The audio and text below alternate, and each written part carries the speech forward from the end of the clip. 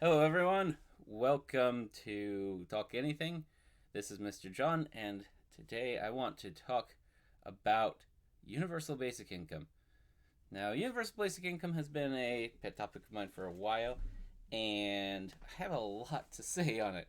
This will probably not be the only video on it. But also, given that this is my very first monologue where I'm talking directly to you rather than to someone else, I'll probably be making a lot of errors, rookie mistakes. Oh well, I've already made those in my previous videos I've done, but still gonna keep making more. You'll probably see some jump cuts and craziness and woo-ha. Bear with me. Um, when it comes to universal basic income, UBI for short, there's a lot of political this and that going on. Most people talk about it in terms of the humanitarian and welfare aspects of it. I agree with that. I'll talk about those at some point, probably as well. But for now, I want to talk about an aspect that is rarely talked about, and that is the economic place for universal basic income and how actually it can be a very, very good economic policy to actually stabilize and improve the economy. All philanthropic reasons aside, this is actually really intelligent. And let's get started on this. Um, First off, before I can even talk about universal basic income and how it affects the economy, I really want to make sure that whoever's listening has an understanding of the basics of what an economy is, what it's founded on, how it works. Now, you can skip this part, sure. A lot of you probably already know these things, but without seeing them in context, seeing the rest of the arguments in context, they might not make so much sense. So I would recommend, if you've got the time, go ahead and listen to this part as well. Also, before I continue with exploring what an economy is, I want to ask you this question and have you thinking on it throughout the video. What is the purpose of an economy? What does it actually achieve? What's the goal of having an economy? So, whatever it is, why is it a good thing? Um, that's a very, very important question to ask because if it's a good thing for a certain reason, then you should not accept any policies that undermine that reason. It's just like raising your kids to be well-behaved kids. That's a good goal to have. Well-behaved kids, great. What's the goal of having well-behaved kids? The goal is to make good adults who can be productive and who can be members of society and who don't end up in jail, things like that. So, what if we wanted the best behaved kids ever? Well, I've got it. You duct tape them to a chair, you cut their vocal cords so they can't scream, you leave them there and you force feed them until they're adults. And congratulations, you have the best behaved kids in the history of the world. And you just completely ruined your goal. Same thing with the economy. The goal isn't strengthening the economy. The goal is whatever the economy is supposed to do and provide. And then strengthen the economy in such a way that it improves its outcome towards that goal. I'm not going to tell you what my version of that goal is yet. Maybe at some point I will. But for now, I want you to think of your own reason for that. And that reason can change, especially as I kind of go through and discuss what an economy is. You might have some different ideas. That's fair too. So now, with all that prelude out of the way, let's get started with what is an economy? That's a long question. In fact, though, it's actually really short. It's just bartering. That's the easiest answer. Goodbye.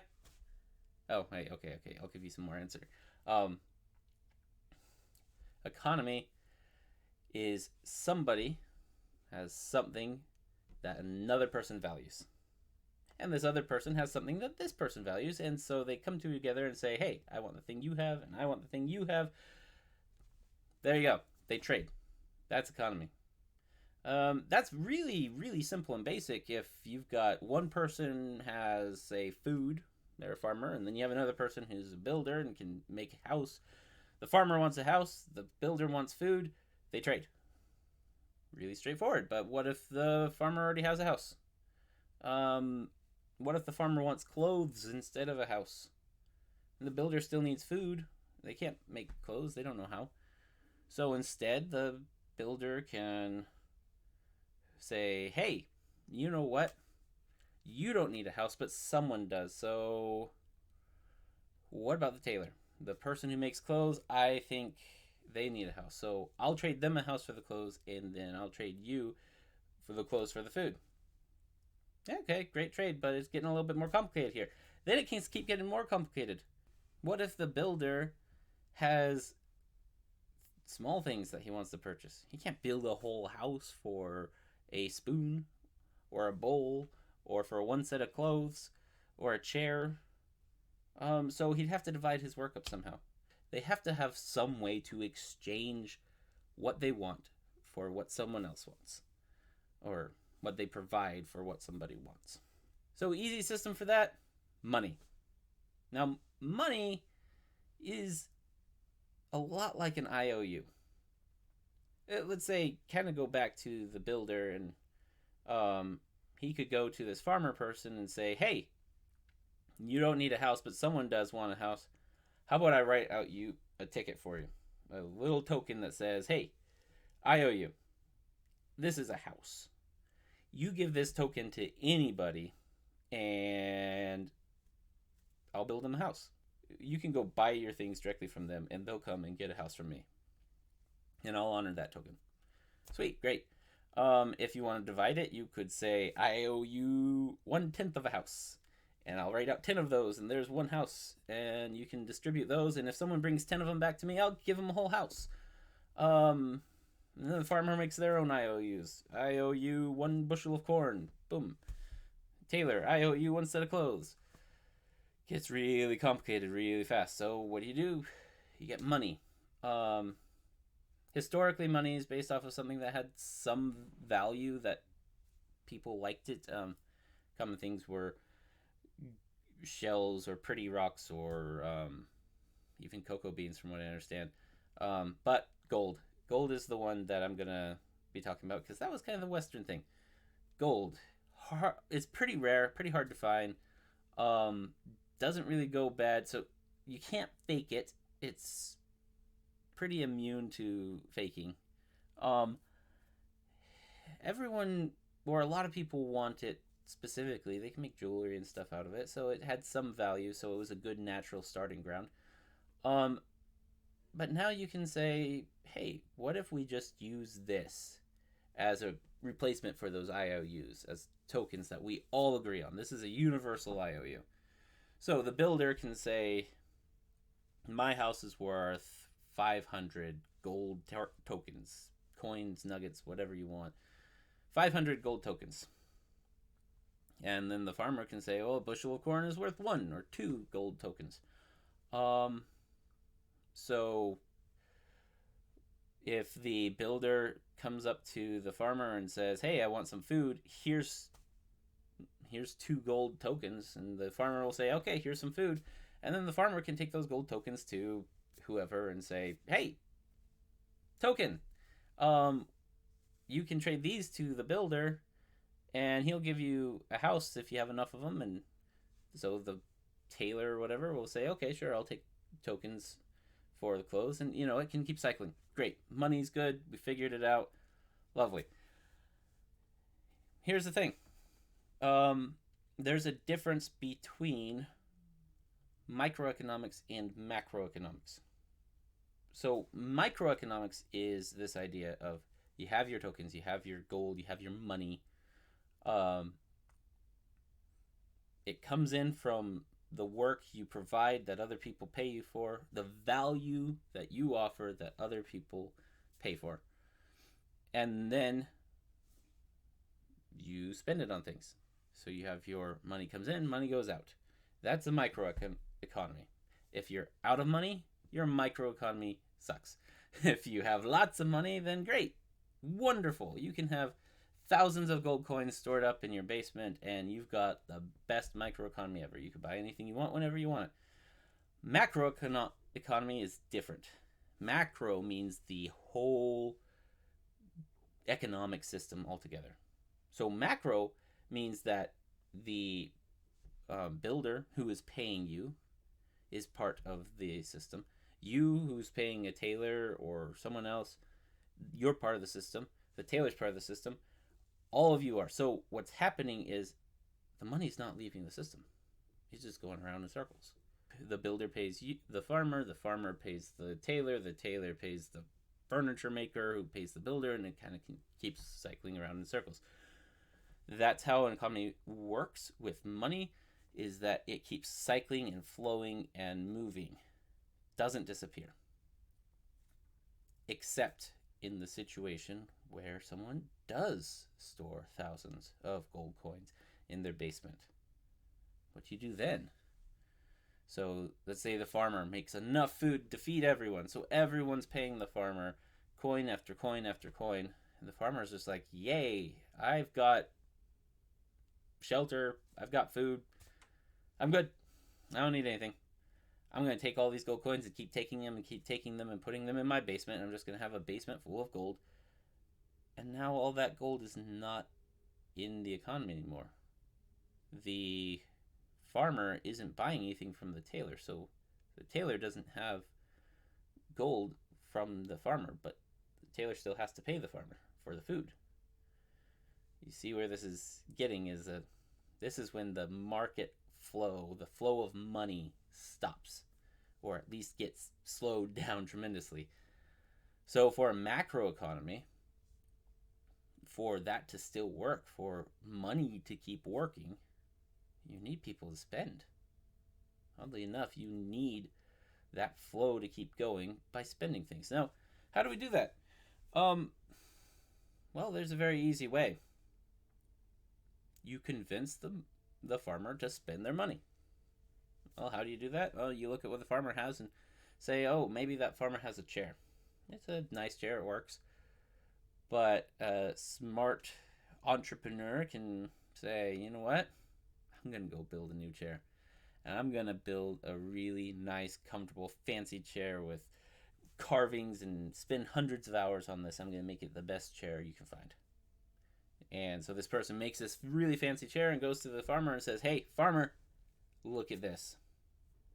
The farmer says, whoa, dang, that chair's better than my chair. I never had a chair that's that good. Well, I got all this money in my basement. It doesn't do me any good. It's just piled up there. It's worthless to me. But that chair, that will make my life more comfortable. Okay, I'll buy it from you. I already have a chair, but it doesn't matter. I'll buy that chair. So the money starts flowing again. And that's how you get the money to start going more. Luxuries. Sure, everyone needs housing. They need food. They need water. They need clothing of some sort. They need ways to sustain their life. And you can go up in levels of need. If you've ever heard of the Maslow hierarchy of needs, that's probably a good place to look for figuring out, hey, here's the baseline needs, kind of needs versus wants, and kind of going up till the peak of where you have everything you want. Slight modification there in an economic term, but you get the idea. So for the economy to work, for money to work, you need people who create luxuries. Because once that person sells the chair to the rich farmer, now that person has money, and that person can go spend money to the tailor and the builder and all those other people. And you can keep the money flowing, and you can keep the economy going, and you can keep everyone having money in their hands, which they can spend on food or goods or whatever they need. As you keep going, as society keeps progressing, you get more technology, which means with technology, you can produce more with less effort. A farmer back in the day could barely make enough to feed themselves. So almost everyone had to spend most of their time farming. There wasn't much time for many luxuries. You just farmed, you came home, you were tired, you maybe worked a little bit on sewing some clothing or building a chair, whatever. That was just the little bit of extra, like maybe the 5-10% of extra work we had to put towards other things. As technology grows, a farmer can feed 100 people. So now one farmer can provide all the food for 100 people. So those people have that necessity, that need met. So 100 people don't need to work for food now. They can put that work towards other things. So once you improve technology, you improve the total capacity to create things. But to keep that flow going, to keep money and economy working, you need to keep creating things that people want. Money is an exchange for things that people value. You have to get something that you value from someone in exchange for something they value. So you keep making things better and nicer and fancier and more luxurious so that there's more value being added to these people.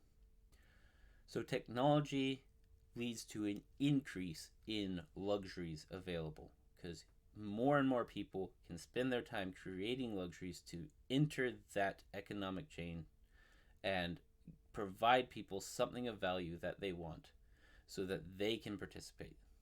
Okay, so what if somebody wants to eat? That's all they want. They don't want luxuries. They don't care if they have anything luxurious. They just want to eat. They'll live inside of a cave. They're fine with that. They'll wear leaves instead of tailored clothes. They're all right. They just want food. You're not going to get it. Not unless you provide something to the farmers that they want. So you have to enter into the luxury trade market. You have to find something luxurious that the farmer wants. Now this works pretty well, and as you can see in our modern times, specifically in the US where I live, we have a lot of luxuries. This right here is an example of it. I have headphones on. Well, that's a nice luxury. Nobody needs headphones to survive.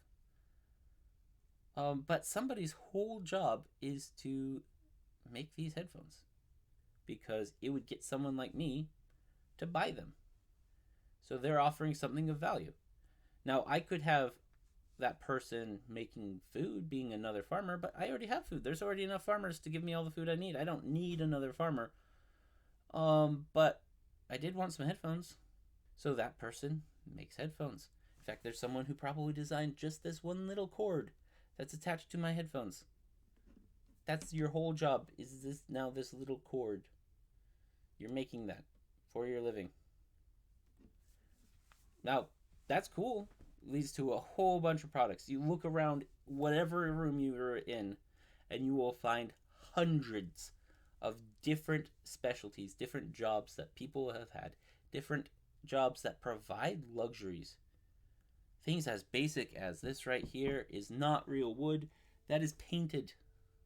Somebody designed that pattern and had to paint it and had to make a machine that paints it. Things like that. Those are people's jobs. It's these very diverse, very specialized luxuries. Okay, well, that's great. We've got a society with a bunch of luxuries. I have no issue with that. Except there's a problem. What about when what people want, what they value changes? Take, for instance, saddles. Once upon a time, almost everyone had or wanted to have a horse. So saddle makers everywhere. Great. Everyone wants saddles. Everyone values them, except now we have cars. Dang it. We don't want saddles anymore. So everyone who is a saddle maker, go out of business. They can't make saddles anymore. That doesn't offer value because you can work all you want and not provide any value. And this is a very key thing about the economy and about money. Money doesn't represent work. Money represents value. I can work for 1,000 hours on this perfectly sculpted painting made with poop. My fecal painting. And I could go around trying to sell it to people, and they will say, "This painting literally stinks." Not paying you a dime for it. If I make a chair that is wobbly and no good, nobody values it. They won't buy it. If I make a chair that is really nice and comfortable to sit in, people still might not value it because either A, they have chairs, B, someone else can make a better chair, or C, someone else can make a chair for cheaper. Okay, so now we've got saddle makers who can't provide anything that people value. No one's valuing saddles anymore. So what do? Well, they have to change industries. They have to find a new way to enter the economy. They have to find something that people value that they can produce. That might be going to a factory to make cars. That might be changing their career to, well, honestly, any number of things. Here's where we get into a problem, though. That transition period is potentially really risky. So we've seen this in our history in economics. Recessions and, in worst case, depressions, where one market segment gets hit really, really hard. And people are suddenly gone. They're not buying that segment anymore. They're not investing in it. And now everyone who was in that segment providing that service, that good, now they can't. So they're unemployed. Okay, fine. That's just one little section of the economy. Except for this. Now those people are unemployed and they don't have money to buy luxuries. Heck, they don't have money to buy necessities. They can't even buy food. So the money that they would spend on, say, something like a car, they can't do anymore. They can't buy a car. So now the car makers can't sell cars because those people aren't valuing them enough. They're not spending money on it. So the car makers can't sell cars. So they can't work. So they go unemployed. So now the car makers aren't going to buy cars, but they're also not going to buy food. They're not going to buy new houses. They're not going to remodel things. They're not going to buy fancy headphones and with their fancy little cords dangling from them. They're not going to buy all that stuff because they can't. Now, their ability to produce cars is still the same. Same with the people before. Their ability to produce whatever it was that got disrupted is still the same. We still have the same production capacity. Our nation is still just as powerful. Our economy can provide everything, except it can't because the flow of money has stopped. That's the key. Economy is about the money flowing because otherwise people aren't trading and getting things of value from other people who are providing things of value. So this spirals down and down and down into a recession or a depression, and it takes time for it to build back up. So say let's go back to saddle makers. Those saddle makers can find new jobs. They can find new things that we value, but it takes time. You have to look around. You have to look for jobs. You have to look for things that people are asking for or paying for.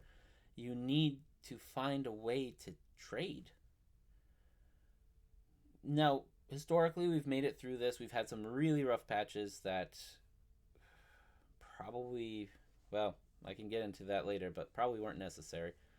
And now we get into the even more modern era where our technology becomes even greater and our reliance on individual tiny little speck of industries becomes even higher, and industries live and die all the time. And what's more is that we have robotics and machinery that takes the place of the very easy jobs, the quick to learn jobs. So factory worker, you can learn that in a few days, a few weeks. You just learn the routine, you do your thing, get used to it, and you're good.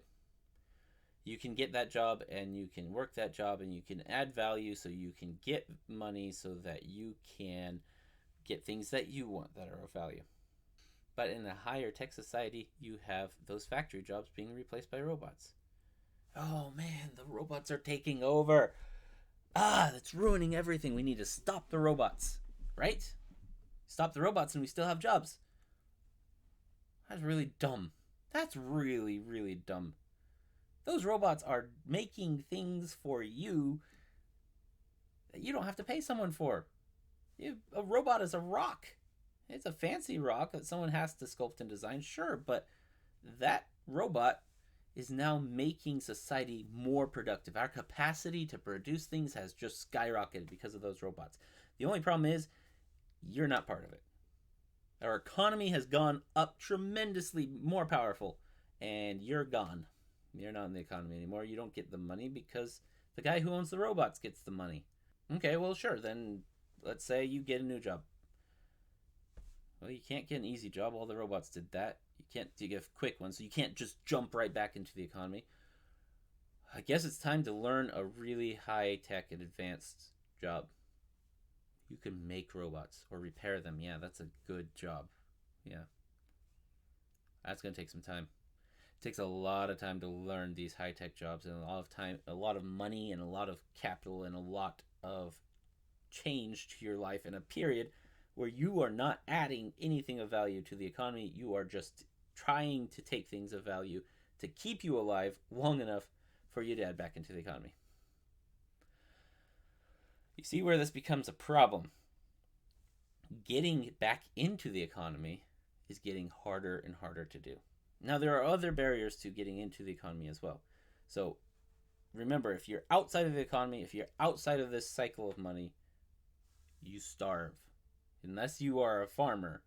But then if you're a farmer, you don't get a house, or you don't get clean water, or you don't get etc., etc. Basically, you need to be inside the cycle of the economy. You need money. Now is where I get to universal basic income. Because universal basic income says that everyone, no matter their class, no matter their status, no matter their participation in the economy, actually is going to be participating in the economy. They will have money to spend. Keeps the economy flowing. Okay, well, that money has to come from somewhere, right? Where does it come from? Just a second. Wait a second. This isn't a microeconomy. This is a macroeconomy. Since it's a macroeconomy, that means money isn't really created or made. You can print new money or whatever. That's a whole different story. But as a whole, money just goes around in circles. It's like blood. It just circles. It picks up one thing, moves it to another spot, and then keeps moving and moving and cycling. What universal basic income does is it doesn't cost money. It doesn't take money out of the system. It will potentially take money out of individuals. So it will affect microeconomies. So if someone has to pay taxes towards supporting a universal basic income, then their microeconomy is a little bit less strong. They have less money in their pocket because they had to pay for universal basic income. But the macroeconomy doesn't cost anything. What it does do, though, is it rebalances the economy to a different level. What do I mean by that? Remember when I was talking about luxuries? And the only way to participate in an economy was by providing luxuries? That the only way to get food was to create luxuries? Well, this rebalances that. Now, you're going to have enough coming in from a universal basic income that you can get food. No matter what. It doesn't matter if you're making luxury or not. You've got food. So that means that everybody is going to have enough money for food, which means that there's going to be a slightly increased need for farmers. Now, most people currently get food here, though there is a lot of food insecurity, even in the US. Look it up. So more people will be eating. That means that more people will notice that food is valued with money, and more people will be producing food and distributing it, so store owners and such. So necessities, the bare necessities that Now, since everyone has universal basic income, no matter their level of participation, everyone is going to be buying necessities. Now, since universal basic income is likely going to cost in some form of taxes, that means that those people who are footing the bill from their microeconomies, who they have slightly weaker microeconomies, which means that they will purchase slightly fewer luxury goods. So the very high end, um, the most luxurious goods, there's going to be a lower demand for those. The people who value, pay for high end luxuries are going to do so less often. So the people who produce those luxury high end items are going to sell slightly fewer high end luxury items. So fewer people are going to start looking for that as a place to access the economy, as a place to work. They're going to shift a little bit. So the universal basic income shifts just a little bit of the production from the high end luxury good market and puts that a little bit more to the necessities market. That means in the macroeconomy, it doesn't actually cost money, it just shifts where the money goes. Now, a very key part of this is now recessions. Remember how I was talking about how one market being disrupted could cause a recession, in worst cases, a depression, because of this cycle of unemployment and the cycle of people not being able to enter back into the economy, and the economy stops flowing. Universal basic income supports that, because now everyone who's lost their job still has enough money, at least, to afford necessities. That means that even in a really terrible economic situation, the farmers don't go out of business. The people who make necessities don't go out of business, and everyone still is tapping into that production. Everyone still is able to pay for those necessities. So remember, in a recession and a depression, the capacity of the country to produce the goods is not reduced. We still can produce just as much. But in a recession, we don't, because people can't access those goods, so people won't pay for them, so we can't make them to sell them. With universal basic income, all of the necessities, everyone always is paying for all the necessities, whether there's a recession or not. So even if the economy takes a major dive in a recession, you don't lose the foundation, the groundwork. So the recession comes down this far and then stops, and then eventually it'll go back up again, instead of the recession going all the way down here before it can go back up. The recession will cover faster because people have a better starting ground, and it doesn't get as bad because that whole segment of the economy is now stabilized. Everyone's going to be buying those things no matter what. Remember when I talked about unemployment and the time it takes to be able to get a new position in a high technology world, to become a robot technician, a programmer, or a mechanical engineer? All of those take a lot of time, a lot of investment, a lot of effort to enter into the market through one of those areas. Universal basic income helps that. So now people who have lost their position are actually have something to fall back on. They can survive long enough to seek that higher education, instead of seeking a less valued position where they can barely provide enough value to get things of value that they want. Now they're going to be able to work towards a higher value producing career, and then they'll be able to produce more value into society, and then they'll be able to pay for more things that they value. So economy gets a boost. Education gets a boost. Humanitarian things, this is not just about that. This is not just about valuing human life. We should. It is my firm belief that this is worth doing just for the mere value of human life only. But we don't value that. Not at least a lot of us don't. Um, but cut that out. Cut out the value of human life.